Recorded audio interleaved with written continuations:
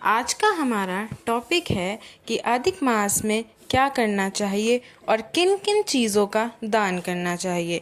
तो यह वीडियो आप अवश्य देखें। तो फ्रेंड्स, जैसा कि आप लोग जानते हैं कि अधिक मास आरंभ हो गया है और अधिक मास की महत्ता इतनी है कि यह 3 साल में एक बार आता है और इस बार तो सौभाग्यपूर्ण अधिक मास आया है, वो भी सावन के महीने में। यानी सावन मास में भगवान शिव की पूजा तो होती ही है और अधिक मास में पूजा होती है हमारे भगवान नारायण जी की, यानी ठाकुर जी की, जो छोटे से बाल गोपाल हैं। यानी इस बार कृष्ण जी की और शिव जी की एक साथ पूजा होगी अधिक मास में। अधिक मास में जो किया गया, जब किया गया, तब किया गया दान 1000 गुना फलदायी होता है। मान लीजिए आपने 1 माला का जाप किया तो वह 1000 माला के समान है। आपने 1 पाठ किया तो वह 1000 पाठों के समान है। यदि आप एक चीज़ का दान करते हैं तो वह दान भी आपको 1000 दानों जितना फल देगा। अधिक मास में दान की बहुत बड़ी महत्ता है। अधिक मास में स्नान की, ठाकुर जी की सेवा की और दान की सबसे ज़्यादा महत्ता है। तो ऐसे में हम क्या दान करें? अधिक मास में जो सबसे पहला दान है, जिसे महादान भी कहा जाता है, वो है दीपदान।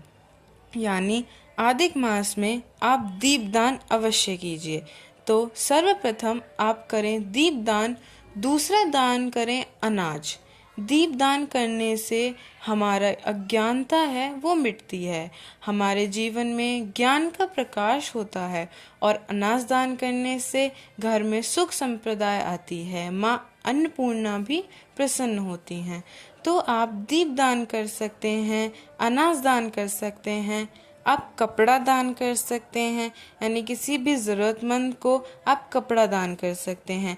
आप जूता दान कर सकते हैं, चप्पल दान भी कर सकते हैं, आप छाते का दान भी कर सकते हैं। बारिश का मौसम चल रहा है तो आप छाता दान भी कर सकते हैं। आप किसी ब्राह्मण को भी ये दान दे सकते हैं। यदि आपकी इच्छा किसी ब्राह्मण को यह दान करने की है तो आप उसे भी कर सकते हैं, परंतु यदि आप किसी ज़रूरतमंद को देंगे तो भगवान अति प्रसन्न होंगे। ऐसे में आप दूध का दान भी कर सकते हैं, आप घी का दान भी कर सकते हैं, आप नारियल का दान भी कर सकते हैं, आप दही का दान भी कर सकते हैं। आप जनेऊ जनेऊ जो आपने देखा होगा बहुत सात्विक लोग पहनते हैं, आप उस जनेऊ को भी दान कर सकते हैं। पूजा में उसका बहुत महत्वपूर्ण होता है और बहुत सी पूजाएं तो उसके बिना संपन्न भी नहीं होती। तो आप जनेऊ भी दान कर सकते हैं, आप केले का दान भी कर सकते हैं और सबसे बड़ा आप जल का दान भी कर सकते हैं। आप चंदन का दान भी कर सकते हैं, जिससे हमारे ठाकुर जी की सेवा होती है, उनका श्रृंगार होता है। तो आप घी का दान करें, दूध का दान करें, दही का दान करें, नारियल का दान करें, जनेऊ का दान करें, चंदन का दान करें और सबसे बड़ा दीप दान तो अवश्य करें। इससे सुख समृद्धि का वास होता है।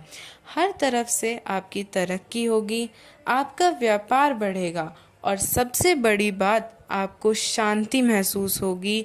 और जितना हो सके आप गंगा जल से स्नान करें, नित्य प्रतिदिन गंगा जल से स्नान कीजिए। आपको अधिक मास में किन किन चीज़ों का दान नहीं करना चाहिए, इन चीज़ों का दान करने से आप अवश्य बचें। चाकू, कैंची, नुकीली चीज़ें, जितनी भी नुकीली चीज़ें होती हैं, चाकू, कैंची, कटर आदि का दान आपको कभी नहीं करना चाहिए। इन चीज़ों का दान करने से माता लक्ष्मी रुष्ट होती हैं और घर की सुख संपदा बिगड़ती रहती है, घर में कलेश का वास होता है। तो इन चीज़ों का दान करने से बचें और बाकी जो चीज़ आपको बताई हैं उनका दान अवश्य करें। Thank you friends. Radhe Radhe, Hare Krishna.